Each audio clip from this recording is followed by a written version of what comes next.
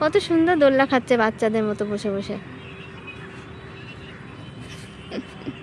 আর এখানে অনেক কিছুই আছে, বাচ্চাদের খেলনা, দোলনা আছে, তারপর শুশুরি আছে, আরও ওই দিকে আছে অনেক।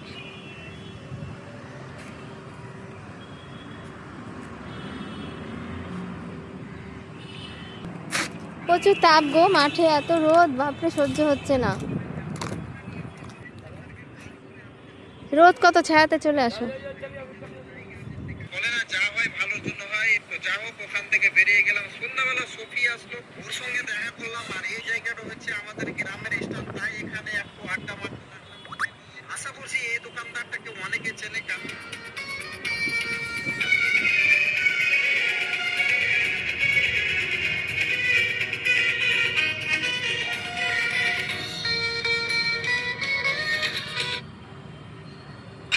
मेरी हाइट ना ना ना बात ना